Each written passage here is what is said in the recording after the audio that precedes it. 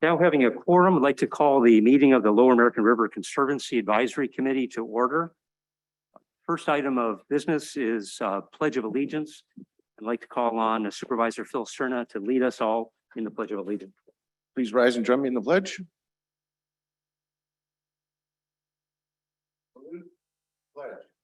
Pledge allegiance to the flag of the United States of America and to the republic for which it stands, one nation, under God, indivisible, with liberty and justice for all.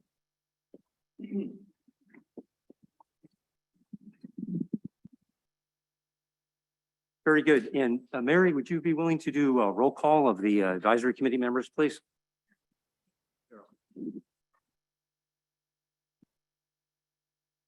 From Sacramento County Board of Supervisors.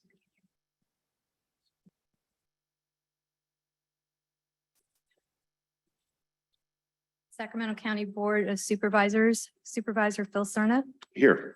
Supervisor Rich Desmond, Supervisor Don Natoli, City of Sacramento Councilman Jeff Harris, Nicole Keuler,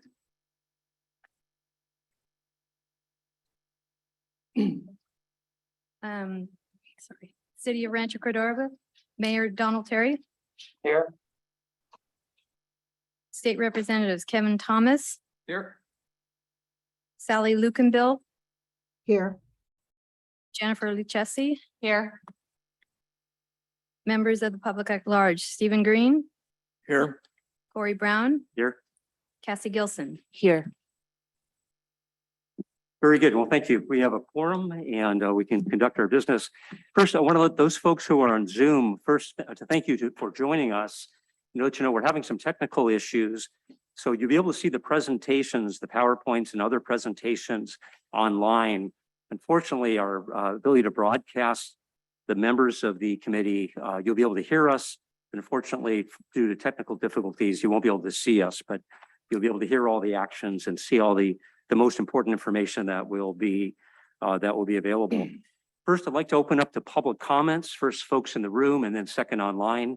Would anybody like to share any public comments with the advisory committee? Any hands? Yes, Ms. Perry. And if you could state your name and if there's an organizational affiliation, that's always helpful. Welcome.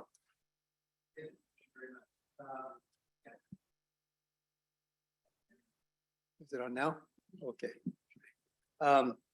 Yeah, first of all, I just want to thank the Wildlife Conservation Board and this group, Local American River Conservancy, for putting this on. So my name's Mark Berry. I'm with a group called Preserve the American River Association, or sometimes call ourselves PAR. We're really just a neighborhood group that started up in about August 2020. Kind of in opposition to proposed development right along the American River, kind of known as the old Cassis property, if you will. In October 2020, one of the members of my group, Carl Samuelson, put on a video as part of the Visual Parkway tour with regard to the proposed Cassis property development. And really, I just wanted to give a bit of an update since what's occurred since October of 2020. Basically, just to refresh your memory, the Cassis property, or the old Cassis property, now is 40 acres, 20 of which are in a lower basin, which is in the floodway. And this area has a unique geomorphology. It has several cultural resources, some historic resources, and a habitat that's really pretty much untouched compared to other areas along the Lower American River. So we really feel this is an asset worth preserving. And this piece of property is also located within the American River Parkway corridor zone. So might deserve a little bit more sort of visual protection than other property at large. Anyway, the proposed development is to take, it's a 40-acre parcel of property. It's to basically pull out about 300 trees, about 140 something of them are protected, and build a retaining wall about 4 to 6 feet, about 15 yards from the river bluff edge. We want to take that upper plateau, push it into the lower basin floodplain, about 20 acres. I think it's 100 something cubic yards of dirt, bring in another 140, basically to raise it 10 feet high, to provide sort of a prominent view overlooking the river, basically for 244 homes altogether. So our group is a bit of opposed to this from the neighborhood for many reasons. But in August 2020, we were told in 10 days an environmental report would be released and that it would be a mitigated negative declaration tiered onto another mitigated negative declaration. But basically nothing's happened since the presentation to this group in October. It's all kind of gone quiet, but I just wanted to update you on what we know. Because I know several of you are following this project. One of the items is the update number one, I guess, is there's been an ownership change. So the owners are no longer the Cassis. It's now TH Homes LLC, TH probably being Truemark Homes, because that's the designated owner, and LLC in order to give them some sort of limited liability protection. The other thing that's occurred, the second item I just wanted to bring this group aware of is there was an encroachment permit filed with the Central Valley Flood Protection Board to encroach into the river floodplain. That basically was turned back as being incomplete. So things have gone kind of quiet since then. A third thing I wanted to bring up is a neighbor who owns a piece of property adjacent to the entrance of Riverbend Park, and it's contiguous to and connected to this lower basin, would like to see his property incorporated maybe into some sort of potential future development. This property is important because it completes connectivity along the south side of the river, not only an animal corridor, but also bike and hiking corridor that really doesn't exist in this area. There are recorded easements. This piece of property would complete that connectivity. The fourth thing we sort of learned since our presentation back in October 2020 is that the Rancho Cordova city plan actually precludes building within a floodplain. And based upon that preclusion of a building within a floodplain, except under some extreme circumstances, the property got rezoned. And what I mean by that is to rezone the property in 2007 as part of the Folsom Boulevard specific plan. There was a mitigated negative declaration presented. This was the first mitigated negative declaration. And it said, in reliance upon the city general plan, we can't build within a floodplain, and therefore we're going to rezone the property. But it basically, by the wording of it, or the interpretation of it anyway, would have excluded the 20 acres we're trying to preserve. So we thought that was an important fact for this board to know. And then the fifth item I just wanted to update the board on is there's been this process out there since November 2020 of grading without a permit. It's been done under this guise of or statement of weed abatement, but by the city of Rancho Cordova's own municipal code, if you go down deeper than 4 inches or clear more than an acre of land and it's zoned residential or residential mixed use, you have to get a grading permit. Why that's important is because when the environmental document does come out, we're concerned about what is the environmental baseline. They're saying when the document comes out, it's going to be an environmental baseline, but we already have environmental reports that go back to 2007, and some even this particular developer prepared that identifies protected trees, identifies species of concern, and potential, very important habitat. So we feel like we're not going to be given a fair shake to review this property if there ever is this intention to build on it after what the flood control board did with sending the permit back. So anyway, I just wanted to bring those up. And so what's important really about the grading without a permit is, this was done over 6 times. We continually notified code enforcement. Nothing was really done until about April 2022 when they did stop the grading without a permit. But since then it was graded 6 times. And I'm not talking about just graded, it was graded repetitively, turned in pulverized, turned into basically a dust bowl. And that condition still exists today, and that's in the floodplain. So we've asked, what the city's going to do to restore the floodplain and restore some of this habitat that's been destroyed, and we haven't really got a response back. So that's kind of where we are with regard to the status of the Castus property, and really, I just wanted to thank again this board for what they do and the opportunity to make you aware or keep you aware of this property. I think it would be a tremendous asset for the American River Parkway. And I'm going to hang around, watch the meeting and enjoy it. And then if there's any questions, I'll be around after if somebody wants to ask me. Mark, thank you for keeping us informed about it. It's an important issue for the American River. And thank you so much. Let me see if any of our advisory committee members have any questions. Seeing none, Mark will be available after the meeting if folks do have questions. Again, thank you for joining us Thank today. you, Mr. Brown. Appreciate that. I'd like to take one item out of order if there are no objections. We have Assemblyman Kevin McCarty, who we're very honored to have here. Mr. McCarty authored the legislation that created the Lower American River Conservancy and has been the best champion we've had in terms of bringing more state funding into improving both the natural resources and public access to the American River Parkway. So if there are any objections, I'd like to go to item number 3, and it's an informational item with Mr. McCarty providing us with updates and perspectives. Assemblyman McCarty, please join us. And welcome. Thank you. Good afternoon. It's my second time here. It was for the governor's state of the state right here. It was dark at night, so we didn't see all the beautiful daylight. So excuse me, I'm a little disheveled. It's super hot outside. It's up till like 3 or 4 in the morning with end of session, but this was on my schedule and it's a top priority of mine. And I think I know many of you individually, with of course with our county supervisor here on many issues. And just so you all know, this is one of my my 8th year in the legislature. And I look back on the things that I've worked on and accomplished. And this is one of my, the top of the list is creating this bill in 2016-17 to focus on this absolute amazing resource for our region here in Sacramento. I don't even tell you, you volunteered to serve on this body. For just taking a step back, for years we saw up and down California, the parkways, river parkways throughout California that got the majority of state resources in the budget had conservancy programs.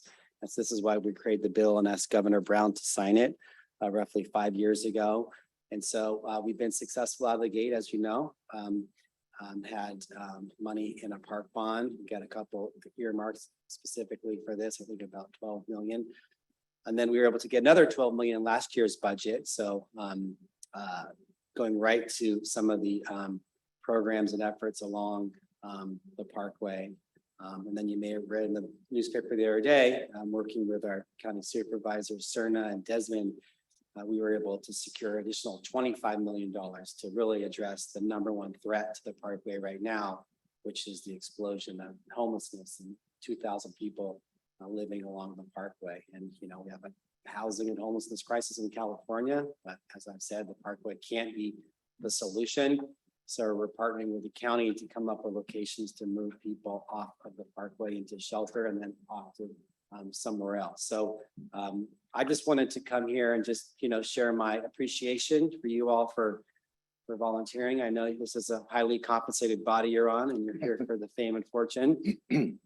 No, seriously, you care about the river. And, when I was a kid, I grew up in Carmichael and I talked to Phil a lot about how we live in different parts of Sacramento, but this was our joy, the going on our bikes, going down to the river. And I grew up, actually, ironically, with my high school friend right here, Mr. Harrison. And we used to go on the northern part of the parkway where they had amenities. We had Ifeya, we had Howe Avenue, Sunrise. Back then it was Gady Park, Arden Ponds. Once I got elected to the assembly, I saw the lower half didn't have that. And I thought, this is a shame and disgraceful, because these are where the communities that the families don't get to go to Tahoe, Yosemite, the joyous places that we get to see in California that this agency promotes. And so sometimes people are a mile or so away from the river, but maybe a million miles away because it doesn't have the public access like we have in the northern part of the parkway. So I know the focus is on the entire 26-mile stretch of the parkway, but I just wanted to reiterate that my focus and our kind of singular focus is putting focus on the lower half and really focusing on public access. This last budget year, we're just now implementing, like I said earlier, about $12 million to focus on how we could activate the lower half, because I'm a big believer, like many of you are, that more positive activity, kind of an eyes on the street model, drowns out the negative activity. So we're trying to recreate the Ifia Garden Ponds type area, not Riverbend Park, down to the southern part, whether it's at Sutter's Landing, closer to Discovery Park, Camp Pollock, working to give the county some resources to rebuild their dock there. I think it's called the Wood Lake Public Access Dock. So that is our priority. That's what I ask of you. I know in the legislation, it's very broad. We had some initial funding for, good ideas and good programs, including upriver, a little bit at Soilborne. But I'd like to see the focus on what we can do on the lower half and public access. And just really want to come here and share my 2 cents. Thank you for inviting me. You have your assembly member here. You can ask me any questions if you'd like. Mr. Chair. I want to recognize that Assemblyman McCarty and one of our advisory committee members, Cassie Gilson, were at the Capitol until 2, 3 in the morning. And the last night of sessions was probably the most intense day of the 2-year session. And that your ability to be here this afternoon to join us after an almost all-night session in the Capitol. We really, really appreciate it. Let me open up to questions. Supervisor Cerna. Yeah, thank you. So first of all, I want to thank our Assembly member, Kevin McCarty, for being here today and sharing his thoughts about this body's mission and the great news that through his tireless work with the budget bill and the securing of the $25 million for the work that the county certainly has been committed to for years and decades, but which is now, an elevated challenge, as was cited with probably closer to 3,000 people actually living on the lower reach of the American River Parkway. It has to be a balanced approach. I think we can all agree. It cannot just be sweeping people without compassion off the parkway. It has to be a balanced approach. We have to have places for folks to go. But at the same time, we can't watch our parkway burn to the ground every summer or see the water quality of the river itself be contaminated or, quite frankly, just the land side of the 4,500 acres of the parkway be devastated by human habitation, which of course it wasn't designed to accommodate. So I think it is a game changer to have now a partner that is not just words and rhetoric, but a partner that actually brings some serious resources to bear to advance that kind of collective interest of pursuing a balanced approach with a fixed attention to making sure that those that are unsheltered can enter our continuum of care with, triage sheltering at first, but then move on to permanent supportive housing. And ultimately, the goal is for them to be independent and self-sustaining. But that's going to take a lot of us pulling all in the same direction, including the city of Sacramento too. So again, just my main message is a word of thanks, sincere gratitude for the assistance, and look forward to having future discussions in the not so distant future to hash out the details of how we can best use those tens of millions to do good work and preserve our parkway. Thank you, Supervisor. Any other questions for members that are here? Questions from members that are online? Hearing none. I wanted to point out that under informational items, there's an update of 12 projects that were funded through the Lower American River Advisory Committee. The funds for those projects were available in Proposition 68 because of the work of Assemblymember McCarty. In addition, the current year budget has $12 million that will go to a variety of access and other improvement and planning projects that will open up access to more portions of the river and restore and improve the public experience. When you take those investments, along with general fund dollars Mr. McCarty previously secured, and the $25 million, that's $48 million going into the Lower American River Parkway that Mr. McCarty is thankfully are the champion of, and the reason those funds are available. So on behalf of all Sacramentans and all people who enjoy the Parkway, thank you for your leadership on this. It's significant and we greatly appreciate it. Mr. Chair, Yes. I would be remiss too if I didn't mention, since we're talking generally about the pursuit of funding and thankfully the acquisition of it. Supervisor Desmond and I have been successful in placing a ballot measure on this November's election ballot that would seek a special tax. It would be a business activity tax for future cannabis activities in the unincorporated county that is estimated to bring as much as maybe $7 to $10 million a year. And it's a special tax because the revenue would be dedicated specifically to address the impacts of homelessness.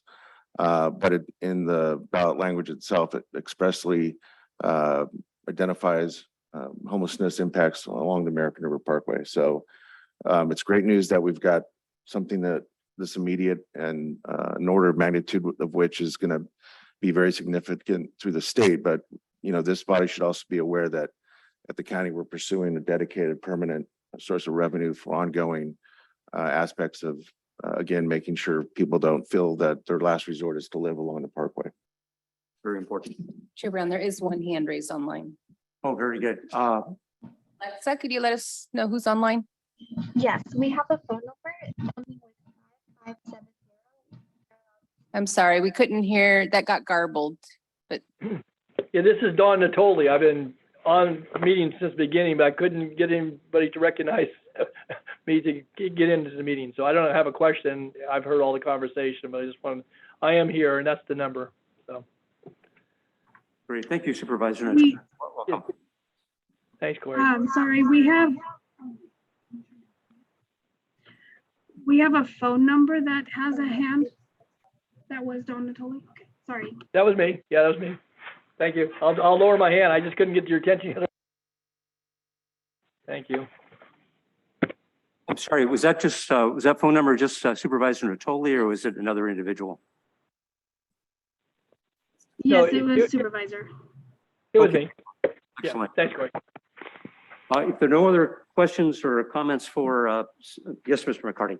Yeah, I just wanted to, I forgot to say this earlier. I know with that first round of money from the Prop 68 park bond, and I think there was 1 million we got earlier on a budget years ago, that most of that money has been programs. There's maybe a little bit left, but with that money and the potential money that we still have left over from that 12 million last year, some of the things I know I've talked to some of you about are some of the opportunities, you know, that Alexander Hamilton quote about, you know, planting a seed of a tree we'll never see. And so, you know, acquiring property along there, you know, we may not be able to do something today or tomorrow, but for the decades to come. And so you look along, we have the mobile home facility right there next to Camp Pollock. We have the Urusha property right next door. So I just want to let you know, those are two things kind of high on our list. As well as Sutter's Landing, which I know this body has already used some money to acquire the property there from Blue Diamond. So those things are key to be able to focus on the long-term planning of activating, having positive public access along the lower half of the Lower American River Parkway. These projects combined would be the largest additions to the Parkway we've seen in a generation. So very important. Okay. Thank you. Thank you for your time. Thank you, Assemblyman, and feel free to stay with us, but we also understand late night session, need to see the kids and Take a get nap. some sleep. Okay. Thank you. Well, First day of school. Congratulations. Okay, thank you very much. Let's return back up to procedural action items. First item is selecting recurring meeting dates for the advisory committee. I'd like to recognize Kara Allen, who really runs this program with WCB staff. So Kara? Yes, thank you, Chair Brown. So for our one and only action item today, WCB is proposing that starting next year, we hold reoccurring meetings that would be on the second Thursday of April and October each year. We think this will help improve the attendance for our committee members, but also our partners and constituents. And it'll also help staff in organizing and hosting our hybrid meetings. We also plan on having future meetings here at the Resources Agency building. Again, to help streamline the planning and scheduling and to have a consistent location that everybody can expect and plan around. And we selected the second Thursday in April and October because it doesn't appear to conflict with any of the standing meetings of the County Board of Supervisors, as well as the City of Sacramento and City of Rancho Cordova City Councils. And it minimizes overlap between WCB's quarterly board meetings and the timeline for this meeting. And so just wanted to see if anybody has any initial issues or concerns with these dates moving forward. First, the committee members that are present, any questions, concerns, comments? Any members online? There are no hands raised. I'm sorry, No hands raised. no hands raised. Thank you. Very good. If folks can look at their calendars for 2023 over the next week, and if you do have your items scheduled for 2023, if there are conflicts, please let Kara know in the next week or so. And otherwise, we'll go ahead and schedule those times for 2023. Okay, and I will let you know that we've already looked into this room's availability for our first meeting that would be in April. And unfortunately, it is reserved. And so we are looking into another auditorium that we have that's on our second floor. And so if we can lock in that one, we can have it there. But if not, then we might have to have our first meeting either maybe that second Friday or, you know, maybe that second Wednesday in April. But we'll keep everybody aware of what we're working with. And I'll also send out a reminder for the committee members to send me any conflicts that they might have for the 2023 meeting dates. Mr. Chair, Yes, question. Supervisor. Is there anything that requires us to hold our meetings in this building? You know what, the legislation just says that we need to host public meetings at venues in the county, Sacramento County. So we could have it, you know, as we have in the past at the county chambers if needed.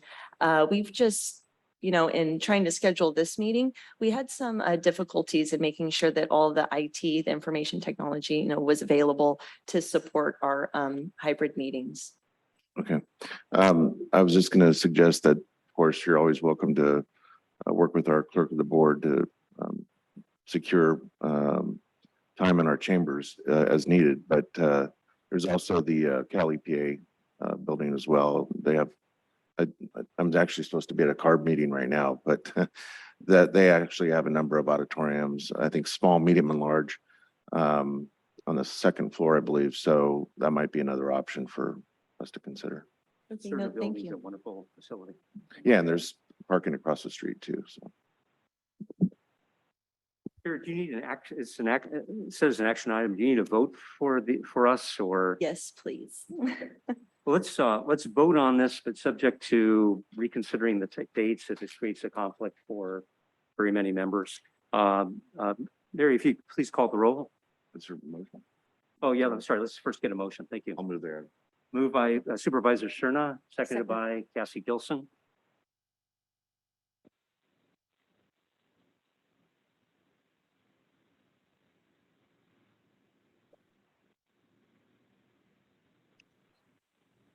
Phil Serna. Rich Desmond. Aye. Jeff Harris.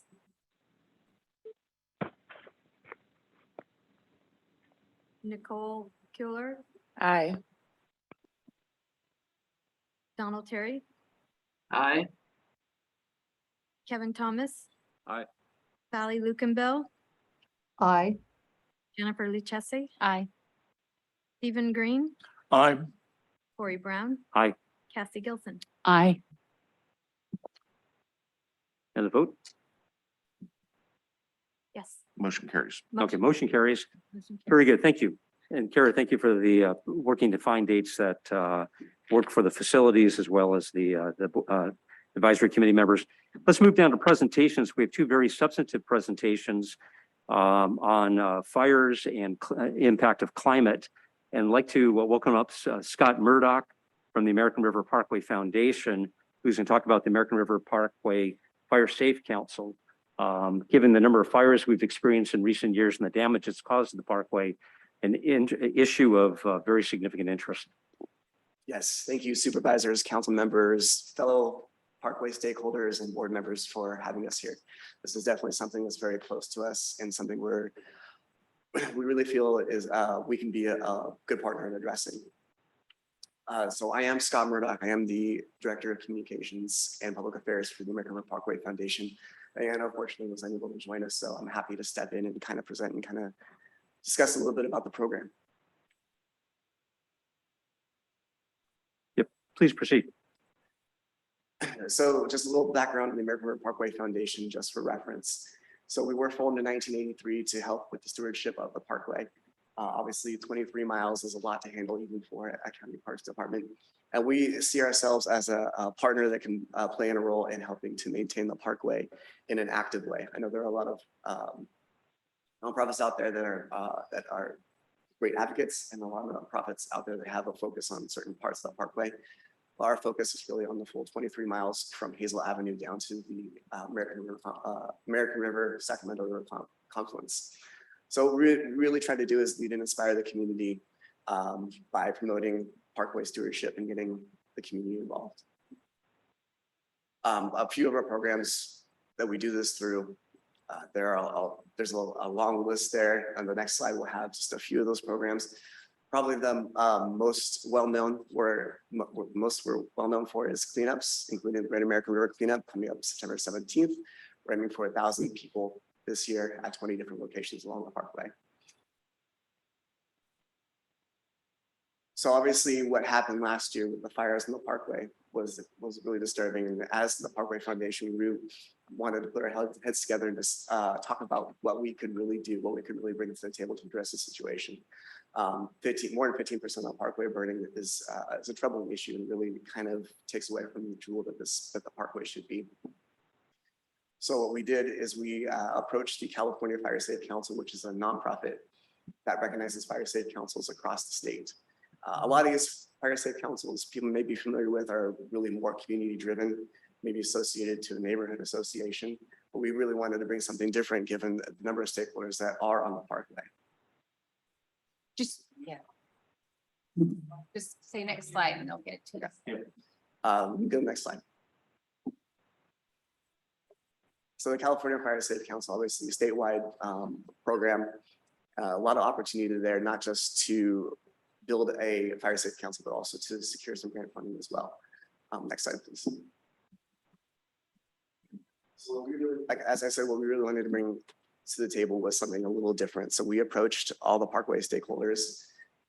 That's about 60 organizations. I know, say, the American River Association is a very important partner in that council, as well as our close relationship with the County Parks Department.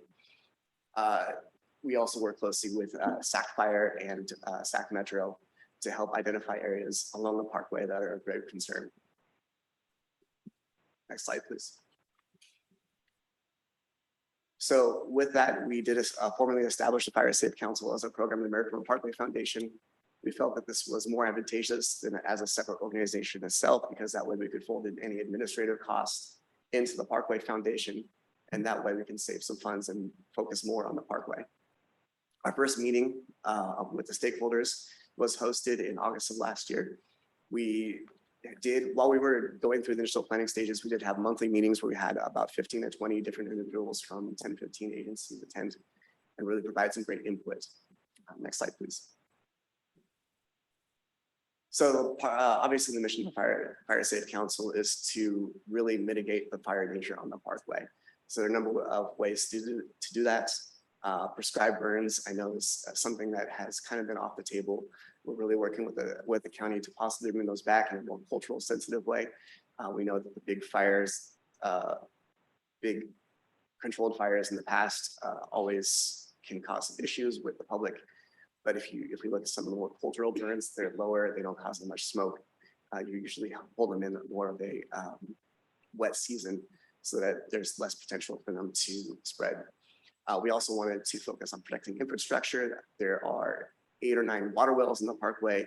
There are 3 electric agencies with power lines that run through the parkway, including PG&Es, whose lines actually feed all of Northern California. So if something happens on the parkway and takes out a PG&E line, it's not just Sacramento County that's impacted. We also wanted to address some safety concerns on the parkway going users. So that includes any dangers from branches or other issues from what's present out there. And fire management activities also across the board. That includes expanding access to make sure that we have ways for fire vehicles to get into an area that is heavily insulated with vegetation. Next slide, please. So a lot of this planning actually builds on a Carol Rice report that was developed in 2015. The county actually paid for the report. And what this report really did was outline some ways to really mitigate some fire danger along the parkway. One of the biggest areas of concern was mile 2 through mile 6. So from that edge of Discovery Park up to Cal Expo area. So that has really been a focus for us right now to really develop a plan. That's kind of what we're looking at as for our pilot project. Next slide, please. So in December, we did complete a kind of outline of a plan for addressing the fire mitigation in that pilot project area. So that includes fuel reduction, fire road and fire break improvements, and fire roads signage and first responder safety. One of the things that SAC Fire and Metro Fire both came to us is making sure there are areas where firefighters can escape to in case they get overrun by a fire, because right now they feel that there is a danger out there for their firefighters if they get into some of these heavily vegetated areas. There's not really a place for them to go if they get surrounded. Next slide, please. So we actually had the privilege to work with Team Rubicon on our first project. Unfortunately, Kentucky, Pleasant, Kentucky happened, so we didn't get as big of a team out there as we wanted, but we still were able to do some great work in a fire burn scar in Discovery Park. That's a little bit outside of what we identified for the pilot project, but it was perfect size for the resources we had and was identified as a priority for both Sacramento County and the Sacramento Fire Department. So we had Team Rubicon out there for 2 days, removing some downed trees, some branches, some other dangers out there, and also really setting the stage for future rehabilitation of the areas so that we can restore it and bring it back to where it was. That area was actually where the cottonwoods were, and is obviously all the cottonwoods that were burned down in the fire, and all that's left is the sign that recognizes them. Next slide, please. So next steps for the Fire Safe Council, we want to continue to build this momentum, really work on fire mitigation. So that's identifying and treating priority areas, recommending different methods of treatment that can even include possibly bringing in our volunteers. We do have volunteers that are very capable of handling power equipment. We do trail maintenance out on the parkway all the time. That's another project of ours. And then also just recommending some additional measures that can be taken to help. And then, of course, the National Resources Management Plan is going to play a big role in this too. We know that a big part of the National Resources Management Plan is restoration. So we hope that we can that the Fire Safe Council will step in and be a valuable partner in any projects that are coming up. Next slide, please. And with that, I'm happy to take any questions from the board or on this project or on anything else the Parkway Foundation is doing right now. Any questions from any advisory committee members that are present? Seeing none, any questions for advisory committee members that are online? Any hands up? Raised. I assume that means I no. think that means no. Okay, okay, very good. Scott, thank you so much for your presentation. Very important to be reducing the fires along the parkway and helping to restore those lands afterwards. So we greatly appreciate the work of the foundation and the Fire Safe Council. I want to go to back up to item number 3. One of the most important parts of our periodic meetings is an update from Regional Parks Director Liz Bellis, and including a discussion of funding sources for the Natural Resources Management Plan implementation. One quick comment here. Oh, okay. I'm so sorry. You need to go up to the limit, please. Just a quick comment and an appreciation for the Fire Council. I mean, all of the partners on the Parkway are experiencing this to a great degree. Obviously, the lower reaches, it's an issue, but in these 2 months, we've had 4 fires in close proximity to the American River Ranch. Almost 100 acres of habitat, 10-year restoration project burned to the ground. Right. So these are, real issues that the LARC needs to be obviously hyper aware of. And I think making sure that the foundation has the resources to continue the council is really important. So I just want to put a little plug in for that. Very much appreciate the comments. They're very helpful. Mr. Chair. Mr. Cerner? So continuing with the theme of resource availability on this, when it comes to especially the fire threat that we face in the parkway these days that is attributable to the unfortunate circumstance of people living on the parkway. Sacramento County has done something fairly unusual with its budget this year. We have assigned $5 million in a holding account that it will be used to match the Parkway Foundation's fundraising efforts to help secure sites again for folks that would otherwise be living on the parkway so that they actually have a place to move to. So we've made it clear that the county has some skin in the game in terms of the foundation's initiative to make that happen. So I just thought this would be an appropriate time to mention that. I know, I just want to come back and say that we appreciate that. And of course, we're not going to go into anything with a half plan. We really want to come forward with a solid plan before we even ask for money from anybody. We appreciate the county setting aside the allocation for us. Thank you. And many efforts from the nonprofit community, the state and the county are, I think we're seeing the real hyper focus on these issues right now. Yep. Appreciate the Supervisor Cerna and Supervisor Desmond's leadership with the county, Assemblyman McCarty's leadership with the state, and the foundation's leadership as well. I want to recognize Sacramento City Councilman Jeff Harris, who's joining us now and had a conflict with another meeting or two as well. So Councilman, thank you for joining us. My pleasure. Thank you. So now we want to turn to Regional Parks Director Liz Bellis. And Liz is on Zoom. And Liz? Hello, just a quick check. You can hear me okay? Yes, very clear. Fantastic. I will give you some general overview updates, and then I do have a slide, I believe, that will be presented that will show some of the funding sources that we have identified for the implementation of the Natural Resources Management Plan. First thing I wanted to touch on is our fire fuel mitigation efforts. You'll notice that we have some ongoing grazing that is occurring.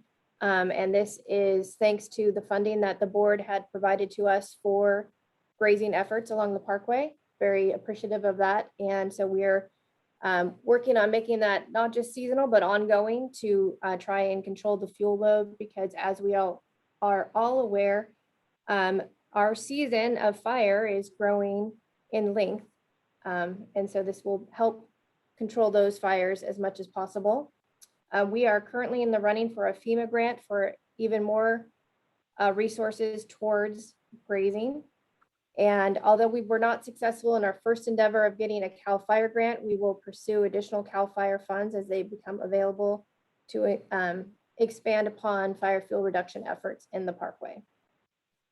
We have been working with both City Fire and Metro Fire to identify the high fire risk areas that are in the parkway. We have a list of areas that have been provided by City Fire and it is in progress with Metro Fire.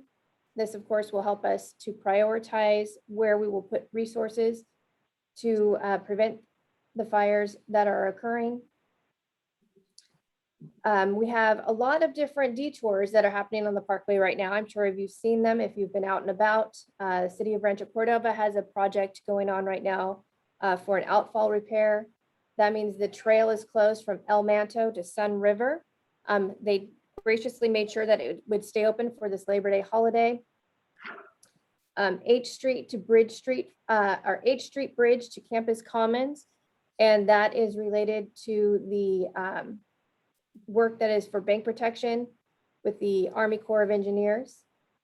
From Campus Commons then to the Woodlake area, there is another levee top detour that's related to the State Route 51 project with Caltrans.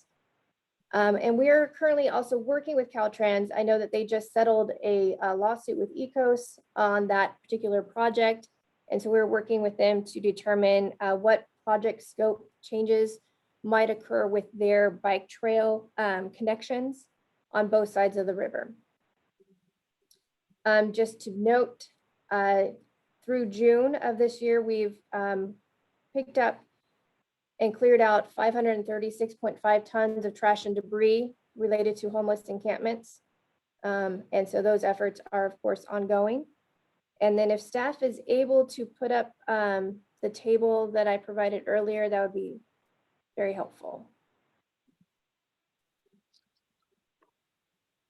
Thank you. If you can make that full screen. Awesome. Hopefully people can see this in the audience as well as on the Zoom call. Yes. Okay, good. So we have gone through and found some different grant programs that we think would be very instrumental in helping us implement the Natural Resources Management Plan. And so this is just for your information. And how this table is set up is the grant name, the amounts that have been identified for either 22 or 23, the typical deadlines, and if there are match requirements, a brief summary of the funding and the connection to the Natural Resource Management Plan goals. So with this, is it the preference that I read this to you, or is this information, how would you like me to present the information to you all? Liz, I think it may be worth spending a couple more minutes going, just identifying quickly what the Okay. additional funding sources are. Okay, I only asked because it's harder to see on my screen, but that's okay. All right, the first one is pesticide regulation. This is for the development of integrated pest management plans. Again, something that we have an ongoing invasive plant management program on the American River Parkway. This will be helpful to help us revisit that program and make it a little bit more robust. We have riparian habitat conservation. And this is for improvements to riparian habitats. Obviously, we work closely with our partners at the Water Forum to do a lot of riparian habitat work, as well as the fisheries work that they do. We have, of course, the Lower American River Conservancy Program, which is your program. We have the 404 Hazard Mitigation Grant Program. And this is with Cal OES. So this is a lot of things that would be related to grazing, fire fuel mitigation, that type of thing. It's basically what you're trying to do is to prevent the hazards before they occur. We have oak woodlands conservation. This would be to do restoration projects on the parkway. The riverine stewardship program. So that is fish passage improvements. Again, something that we could work on with our partners at Water Forum. Stream flow enhancement. The same. If you could continue scrolling, thank you. And this one is near and dear to my heart. Public access speaks directly to what Assemblyman McCarty stated about creating better public access in our lower reach of the American River Parkway, and providing benefits to the natural and wild areas. Urban Streams Restoration Program. This is a creek and water restoration and enhancement. Habitat Enhancement and Restoration Program. Again, for fish and wildlife resources. We should note, of course, I think you all are aware that the Lower American River is a wild and scenic river, both state and federal, and that is because of the fisheries and the recreational value. A monarch butterfly and pollinator rescue program. And this is something that we'd like to look at to perhaps partner with some of the utility companies and doing some work to restore the areas under the power lines, both to make them more fire resistant, but also to bring back some of the pollinator habitat that is missing in that area. Climate adaptation and resiliency. And so this is kind of an ongoing one. This might be a bit of a stretch. And so I look forward to speaking more with Wildlife Conservation Board members to see how we might utilize this program to help the American River Parkway. And then, is there more, or did we reach the end of it there? I think that we did. Liz, Confirming. Yes. are very helpful. You'll make copies available to WCB so we can distribute it Yes. to. the Yes, committee we can members. absolutely do that. Make sure that each member receives a copy. And I'd be remiss if I did not mention that the flood control projects that are occurring on the American River will have restoration and mitigation requirements associated with them. And when those projects are completed on the American River Parkway, we collect our habitat restoration program fee. And so those dollars will also be available to help us implement our natural resources management plan. Very good. Any questions from committee members? Yeah. Councilman Harris? Liz, as far as that pollinator program, have you had any conversations with the Xerces Society about monarch habitat? We have not yet. I know that they have been looking at possible project on the Parkway. I believe they are have been in connection with the Parkway Foundation for some of those conversations, but they'll definitely be one that we will work with. Yeah, that's great. I've been working with them on the project on the Niños Parkway. And Yes, yes, I've heard about that they're one. the right people to connect with for monarch habitat. Yeah, I have heard about that one. It's greatly of interest to me. Excellent, thank you. Any other questions for Liz regarding funding sources? Members present? Members online? Very good. Oh, Chairperson Brown, I'm sorry, I forgot a very important thing, and I apologize, everyone. I feel like I'm fighting a head cold, so I feel like I'm not fully 100%. Our natural resource management plan is in quality control review right now for release of the final public draft and also the environmental document. So very happy to be saying those words to you. Very good. Liz, do you want to provide do you have dates, rough dates when you expect those to be released?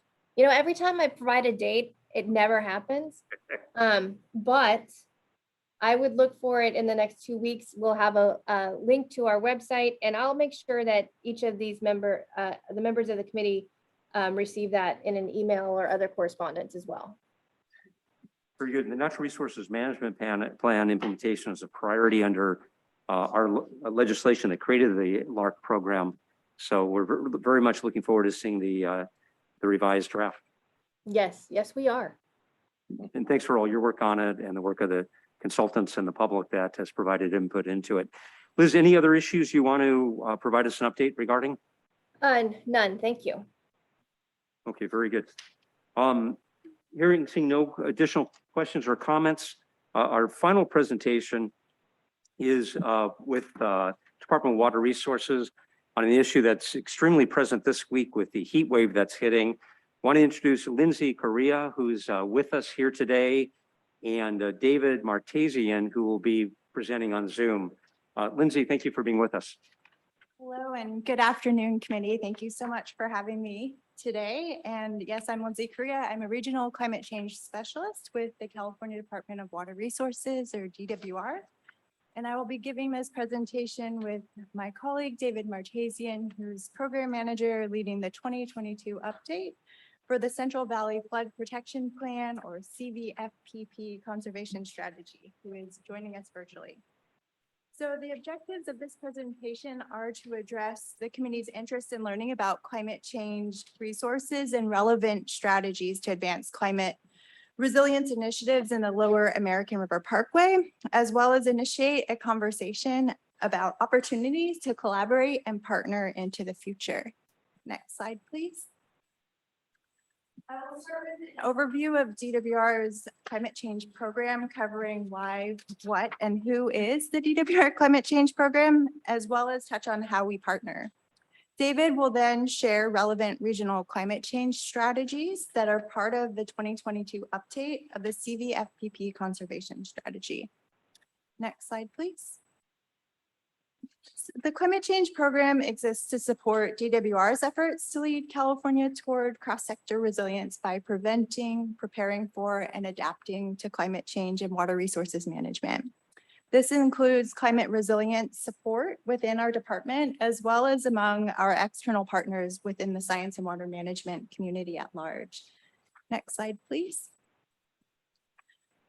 Our program includes 12 people who work full-time on climate change, and I can send you this fact sheet later, or if Kara has it, she can pass it along. We are a group of scientists and engineers devoted to assessing what climate change is doing to the water resources of California and strategizing on how to respond. The program has been in place for 11 years now and is matrix managed across the divisions of planning and regional assistance, divisions of multi-benefit initiatives, and supports several other programs and staff that is supported by several other programs and staff that work on climate change issues as part of their regular activities. And so the organization of our climate change program supports regional water management through devoting a climate change specialist in every DWR region office. I'm in the North Central region office. It extends geographically generally from Tahoe through the Delta and out through San Francisco Bay. And so that covers the Lower American River Parkway. And so I have 3 counterparts that also cover other regions of the state. And our program provides statewide climate change support focused in the areas of mitigation, so reducing greenhouse gas emissions in the water sector, and adaptation planning. So planning to address the known and inevitable impacts of climate change. I have colleagues focused on climate coordination within the State Water Project, tribal engagement, and our leadership deputy director for climate resilience, John Andrew, and our program manager, Alyssa Lynn, are also listed here. So our work provides climate change support at various scales, internal and external to the department, and I'll walk through some examples across those scales. Next slide, please. Our work is really motivated by this list of anticipated climate change impacts on water resources. I won't read the bullets to you, but this schematic and narrative highlights what faces us as water managers and the effects of climate change on water supply, flood protection, drought response, and ecosystem management. Next slide. 2 of the climate change program's strategic goals are listed here for you. They frame our regional and local support services, which I think are relevant to this committee, and are part of the rationale for having my position housed within the North Central Region office. And those goals are anticipating and preparing for future climate change impacts to infrastructure, the environment, and people by facilitating decision-making under deep uncertainty. And the second one listed there is providing assistance to improve climate resilience with regional communities with a special focus on disadvantaged communities, local collaboration, small systems, and tribes. Next slide. So core to the climate change program structure and my regional specialist colleagues' roles are providing climate change support to regional water and environmental management groups. Our support work generally takes the form of 3 types of services that are not necessarily discrete, but ways we think about how we can be a resource to our partners. And the first is grant and plan review or support for climate-related opportunities, some of which you heard about in the last presentation. And these are both specific to DWR and for partnerships across agencies and programs. The second sort of major category is technical assistance, such as helping others find relevant data and science-based resources, or in some instances, partnering in studies. And the third is outreach and education. So next I'll walk through examples that touch on technical assistance and outreach, as those are sort of broader categories. Next slide.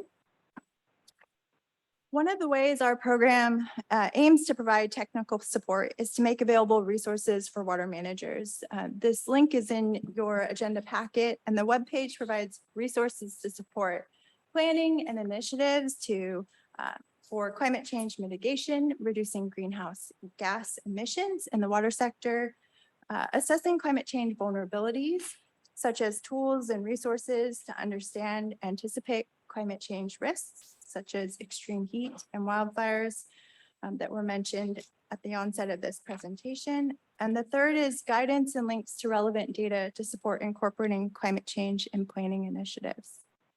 Next slide, please.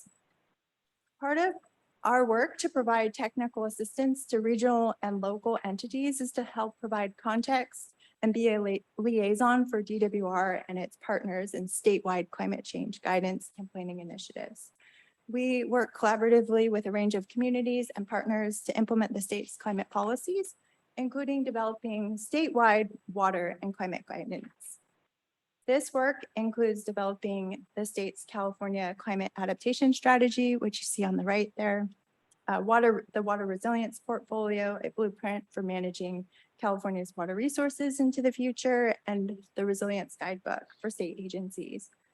These planning efforts are also involved in engaging with a number of sister agencies and regional communities.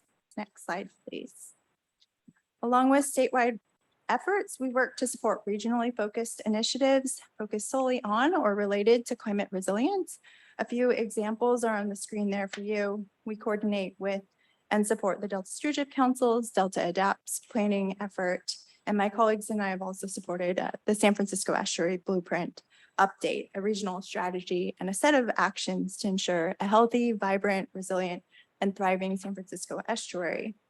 That includes actions quite broadly, like this committee covers, to provide equitable public access and recreational opportunities compatible with wildlife.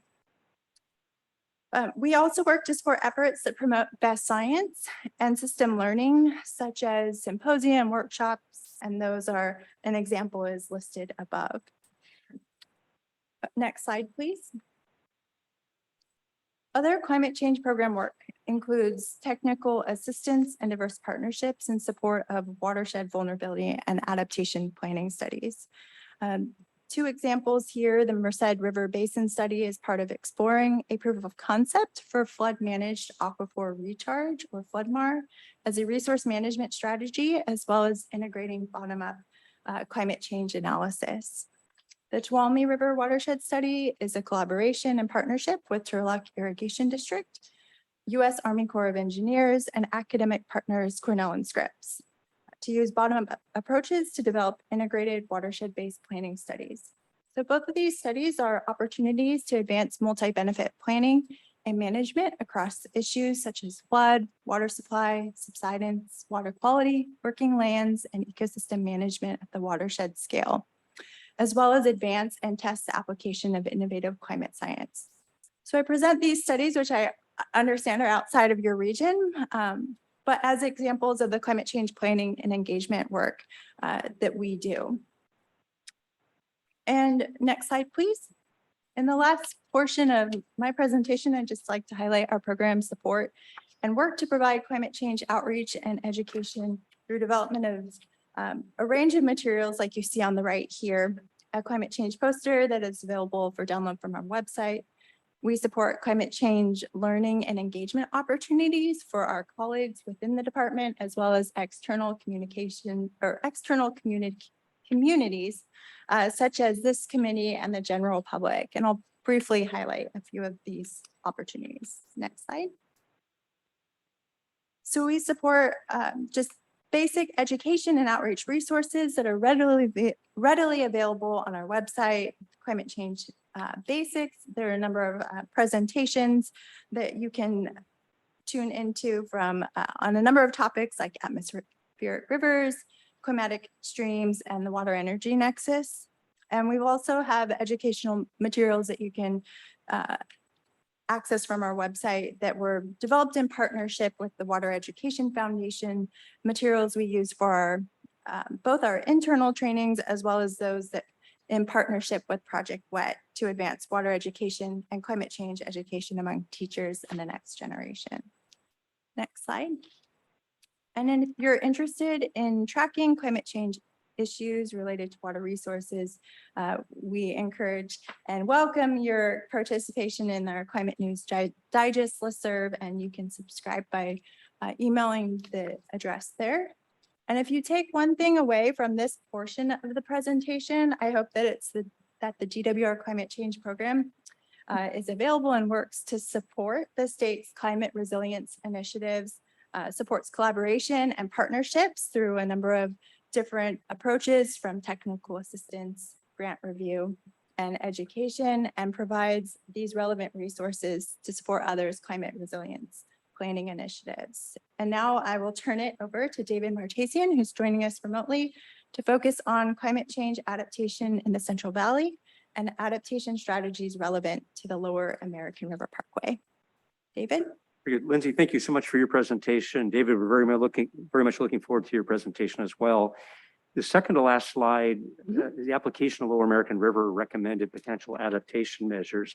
David, I think that's going to be something we're going to be especially interested in. So if you and Lindsay can, and when you get to that part of the presentation, go into more detail because climate change is going to have significant impacts on the Lower American River, and your recommendations can be helpful to advising our work and funding from DWR, whether it be floodplain management funding, whether it be connecting the floodplain to the river or others.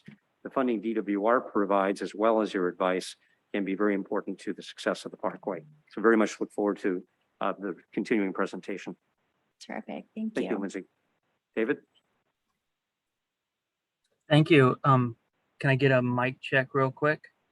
You sound great. Okay, excellent. Good afternoon. Thank you, board members. Thank you, Lindsay. Again, my name is David Martasian, and as Lindsay already said, I am the program lead for the Central Valley Flood Protection Plan's Conservation Strategy 2022 update. I work for California Department of Water Resources in the Division of Multi-Benefit Initiatives. So to finish up, you can go ahead and advance to the next slide. Sorry, forgot I can't advance them myself. To wrap up the presentation today, I'm going to give you a little bit of background first on what the Central Valley Flood Protection Plan's conservation strategy is and how the 2022 update can provide some guidance on climate change adaptation measures for the Lower American River Parkway. So first, just kind of jumping into what the conservation strategy is. It is a primary component and supporting document of the Central Valley Flood Protection Plan, or CVFPP. It contributes to the attainment of all CVFPP goals while focusing on improving ecosystem quality, quantity, function, and sustainability. And it helps meet CVFPP water code requirements that founded the Central Valley Flood Protection Plan, basically. The 2016 conservation strategy was adopted by the Central Valley Flood Protection Board in August of 2017, and the 2022 update is anticipated to be adopted by the Central Valley Flood Protection Board in late October of this year, along with the 2022 update of the CVFPP the State Plan of Flood Control descriptive document, and flood system status report. Next slide, please. So what else does the conservation strategy do?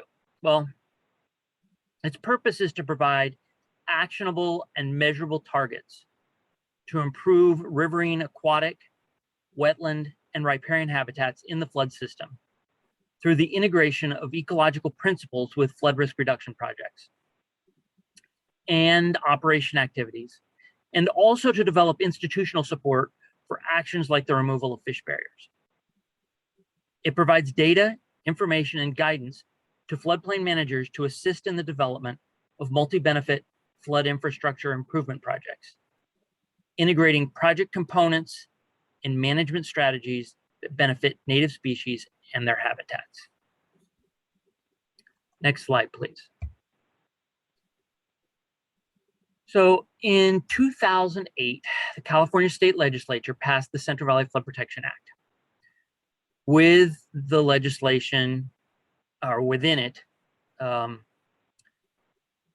was the development of the Central Valley Flood Protection Plan every 5 years. And it laid out some ecological goals that you see on this slide on the left. These goals include improving ecosystem processes and increasing floodplain habitat, contributing to the recovery and sustainability of species, and a reduction of stressors related to the development and operations and maintenance of the flood management system that negatively affect at-risk species. Those goals align to existing policies that you see in the center of your slide. The more recent water resilience portfolio that Lindsay just mentioned, also the water plan, the Delta plan, and DWR's own environmental stewardship policy. And on this slide, you can also see where that feeds into the desired outcomes of the conservation strategy's measurable objectives on the right. And the measurable objectives include things like increasing floodplain inundation and riverine geomorphic processes, and increasing habitats like shaded riverine, aquatic, riparian, and marsh. These improvements are linked to actions that enhance ecosystem processes and habitats. The improvements are additionally linked to actions that reduce unnecessary revetment and remove fish passage barriers and invasive plants. Again, the conservation strategy provides the needed data and guidance to floodplain managers to assist in the development of multi-benefit flood infrastructure improvement projects.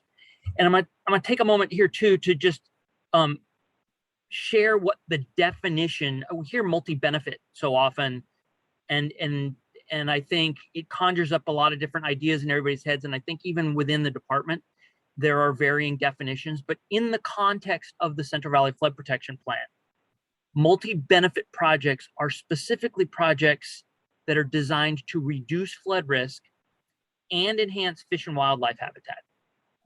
Multi-benefit projects may also create additional public benefits, such as sustaining agricultural production, improving water quality, water supply reliability, increasing groundwater recharge, supporting commercial fisheries, and providing recreation and educational opportunities, or any combination thereof.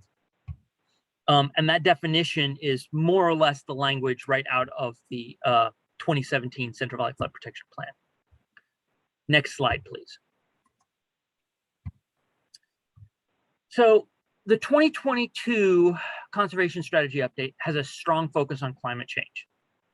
This update is the first version of the conservation strategy to directly address the impacts of climate change to natural resources in the system-wide planning area. It uses current climate modeling data used in the Central Valley Flood Protection Plan to estimate impacts to conservation strategy objectives and target species. One of which I may note, since we talked about monarchs earlier, is the monarch butterfly, which is a new target species we've added this time around. Recognizing that climate change is a key driver in water resource and environmental management in the coming decade, it considers ecological habitat and species-specific responses and identifies preliminary adaptation strategies and methods for increasing system resiliency. Climate adaptation will likely be a central theme of future updates. And due to the urgency and need for action, the 2022 update identifies data gaps and tools that can be used to inform development of adaptation strategies. Climate change will influence many facets of the plan formulation and execution of the conservation strategy and the Central Valley Flood Protection Plan. The 2022 update describes how conservation strategy specific adaptation approaches inform the development and implementation of multi-benefit projects. Appendix H specifically of the conservation strategy discusses those climate change adaptation strategies for ecosystem resilience. Next slide, please. So when we look at the opportunities for restoring landscape level processes, the most important and effective measures are those that create more opportunities for restoring and improving riverine geomorphic processes. By increasing the active channel width, allowing the formation of complex, dynamic, meandering channels, and reconnecting relic floodplains. It's important to protect remaining habitats from loss and fragmentation while increasing the size and connectivity of protected areas. This can be accomplished by removing or setting back levees along river corridors, removing revetment, and/or reconnecting and restoring floodplains. I'll note a little sneak peek that obviously setting back levees and removing revetment along the Lower American River are probably not a focus. But reconnecting and restoring floodplains to some extent does apply.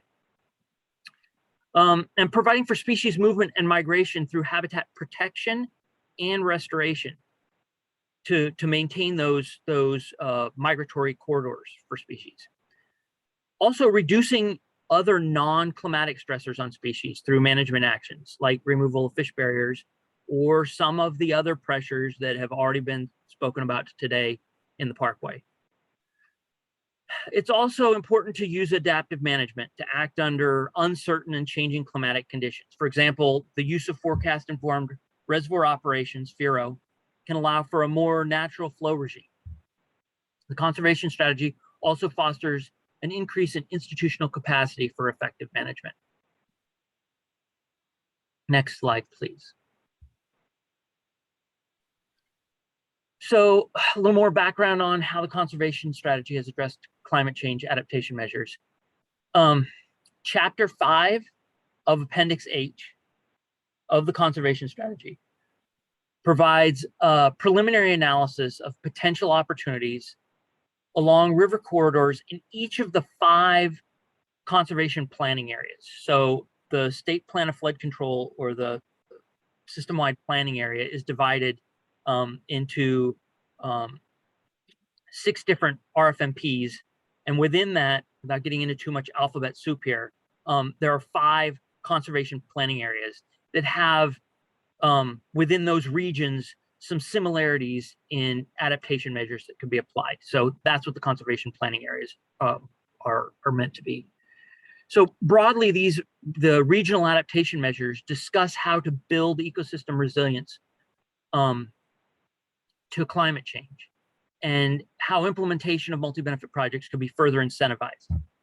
Appendix H, again, of the conservation strategy goes into more detailed discussion of the types of habitats and processes in specific conservation planning areas that could be impacted and modified to adapt to climate change and benefit the 21 target species identified in the conservation strategy. Our goal with the conservation strategy and Appendix H is to better communicate the climate change risks and adaptation opportunities to partners. Next slide, please. So in the American River Parkway, there are some challenges. Again, some of them have already been noted today, although some, I suppose, could be viewed as opportunities as well. The levees, for the most part, are fairly tightly bordered by development. Though there's enough room for, fortunately, there was enough planning and thought put in to allow a space for our, jewel of a bike trail and the corridor that it is. We're not going to be able to set back levees to expand the floodplain. We're not likely to be able to in most places on the Lower American River. The river channel itself is highly disturbed and and disconnected from the adjacent floodplains in most years. And that means it's confined to the riparian corridor is confined to a very narrow edge along the river, surrounded by upland that doesn't receive the regular activation needed to function ecologically as a floodplain. You don't get the recruitment of key riparian vegetation like the cottonwoods that were spoken of earlier, because the water doesn't get out onto the remaining floodplain often enough or recede slowly enough for those plants to establish. It's also, as been discussed earlier today, that frequent fires have replaced frequent flooding, changing the type of disturbance and corresponding habitats. And then, of course, the Parkway has a very engaged community concerned about what's happening in their backyards. Next slide, please. So how is all of this applicable to the Lower American River?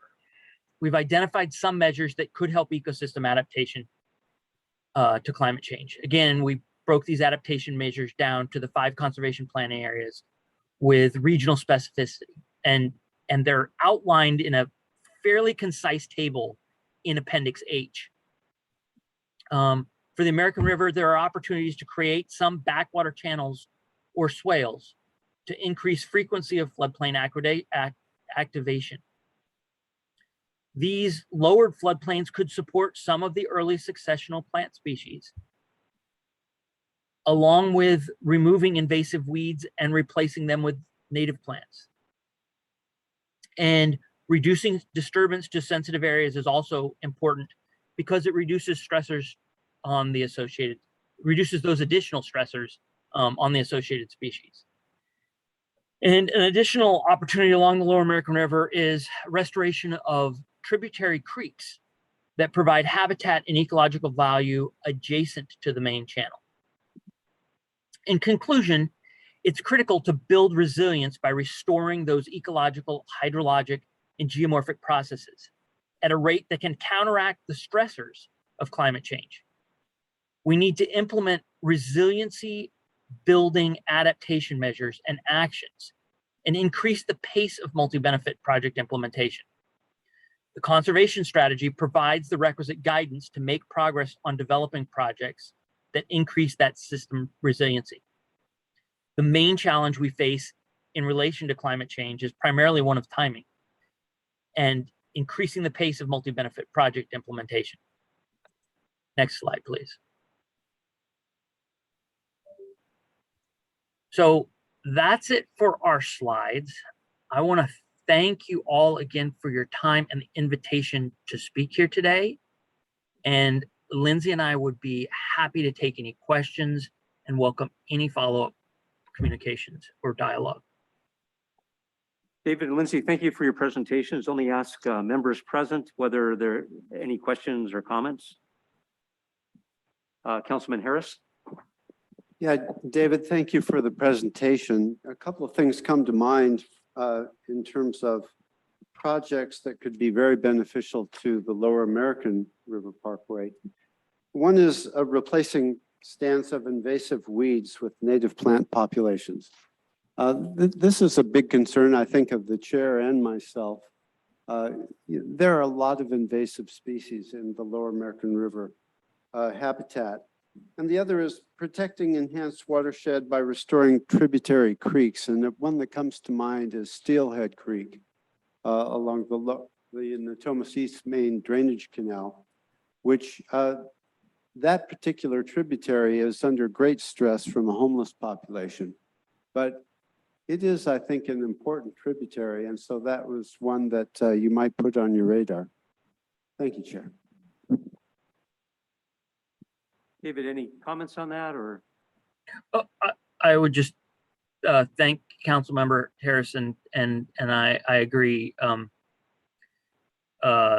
stressors on Steelhead Creek, but the stressors from the unhoused populations along the river certainly are a great added stressor on top of climate change, right? And I guess I wanted to just make sure that today I provided some highlights and pointed to the document for those folks who want to go in and look and go, as we, you know, the broader community looking at long-term strategies for the Lower American River, that consideration of some of these adaptation measures be taken into account, and encourage folks to, you know, reach out for funding opportunities when they arise through the department. Any other questions or comments from members present? Members online? Oh, Cassie?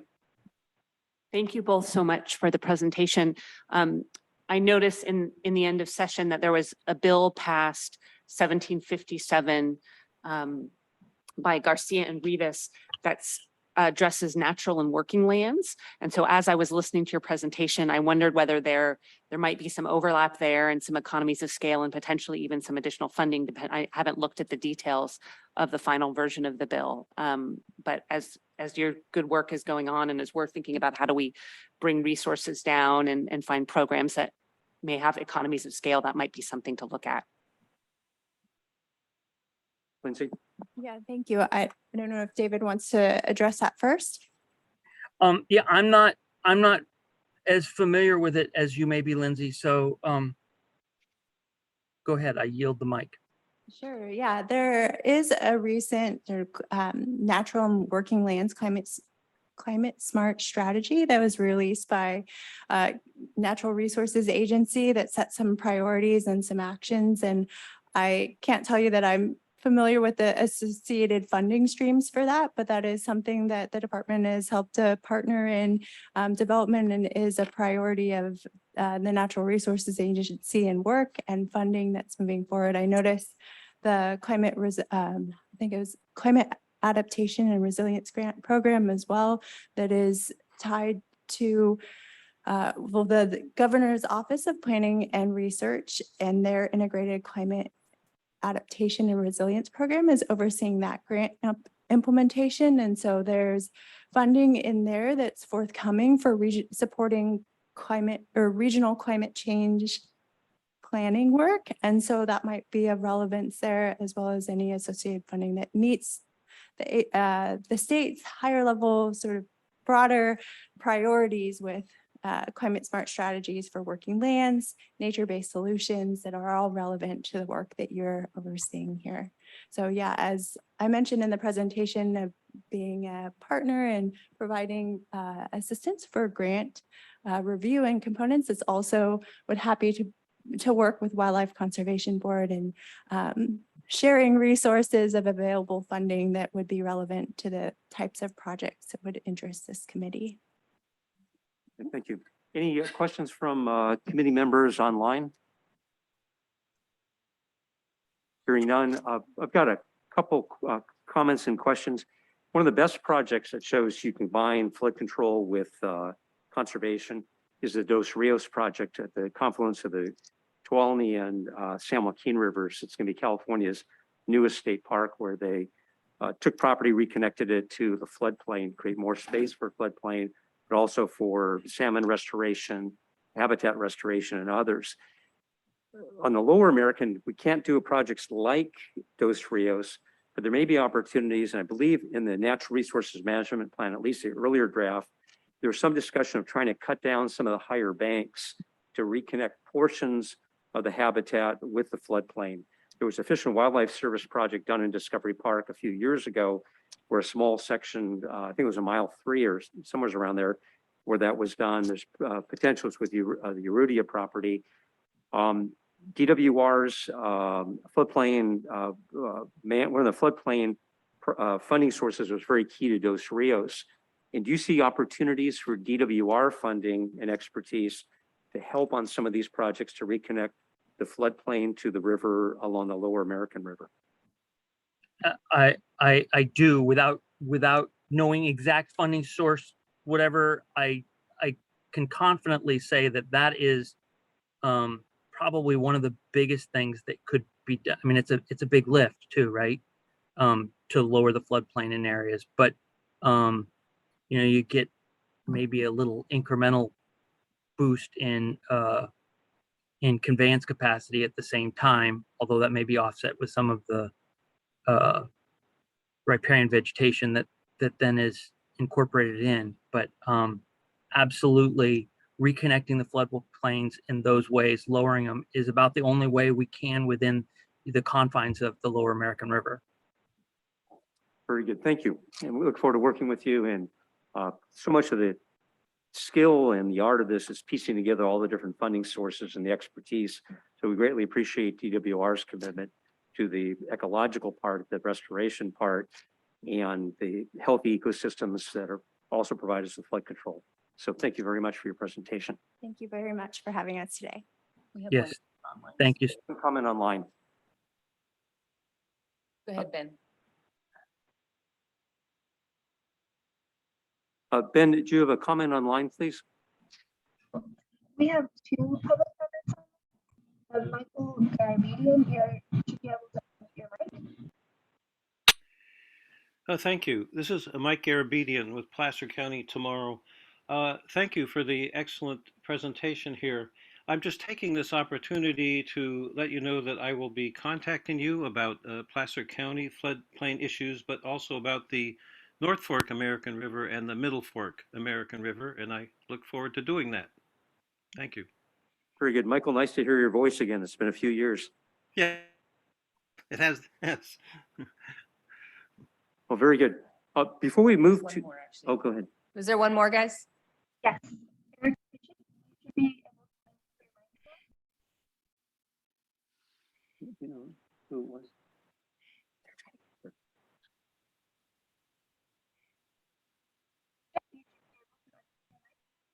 Hello. Yes, please proceed. Hi, this is Erica Bishop with the Water Forum, and I was really excited to see DWR's presentation. And I just wanted to chime in that, the discussion regarding improving the seasonally inundated floodplain areas in the Lower American is definitely one of our priorities too, and has been included in our most recent project designs that we're actually working on this year and starting next year. And we've been able to dovetail some of our ongoing, the Water Forum project traditionally have been funded almost completely by CVPIA funding through Bureau of Reclamation as we work with as our local partner, but also more recently this year and next year, we're bringing in some of the Prop 68 funding that is administered by DWR.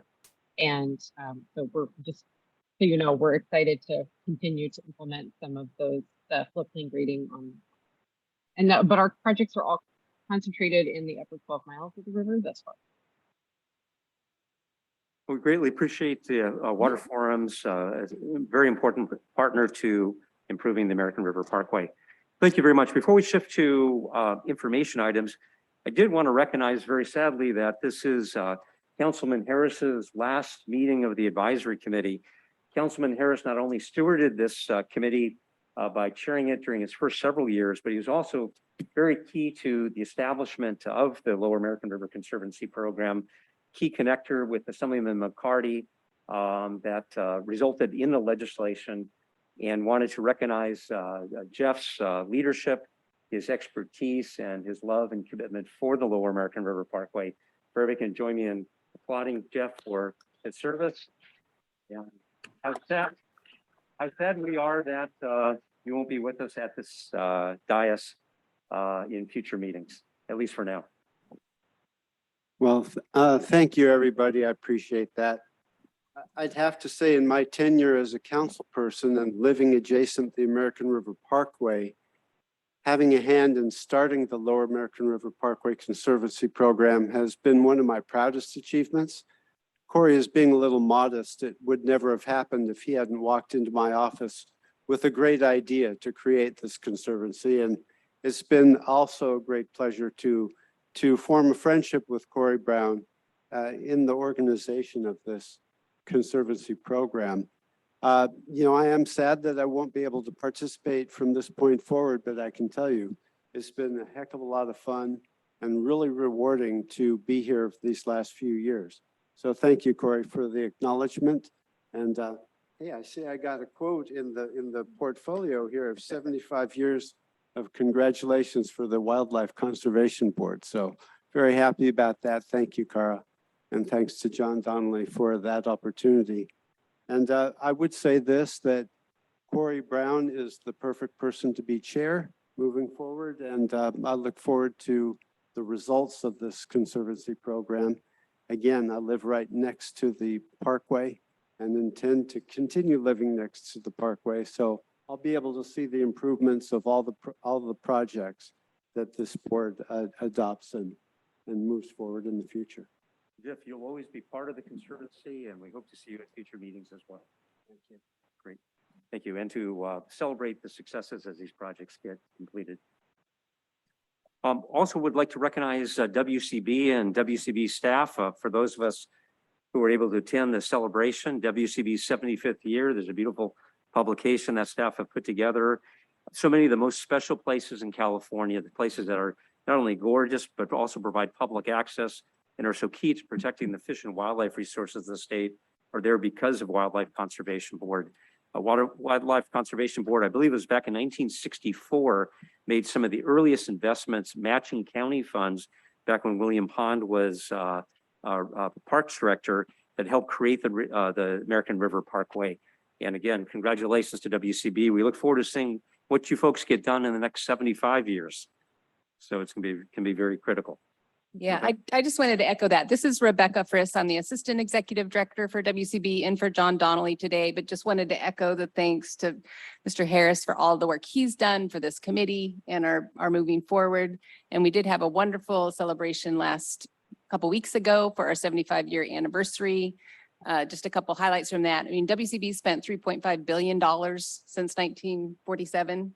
Over 4,000 projects, and we're super excited about these types of programs that are going to continue. And of course, we have a lot of funding moving forward that is open for new projects on the Lower American River and across the state. So we just look forward to those continued partnerships. Thank you. Excellent. That's a great segue to information items. In your packets, there's a funding summary, as well as information about WCB's new general grant guidelines that I think will make our process more efficient and more timely in terms of being able to respond to projects, especially time urgent projects, as well as updates on so many of the different projects, a dozen projects that we've already funded. Thanks to Rebecca's help and Kara Allen's work to provide us with these excellent updates. We currently have in the LARC program $3.84 million still to allocate. I wanted to open up to any questions regarding the funding summary, the new general guidelines, or any of the specific projects for Rebecca and Kara to be answering any questions. Any questions from any committee members? Seeing none on folks here. Any questions from any committee members online? Any members of the public? Well, very good. Very good. I think this has been a very informative meeting. Our last items of interest are any updates from advisory committee members. Any advisory committee members want to provide us updates? First, Rebecca, I'm sorry. Sorry,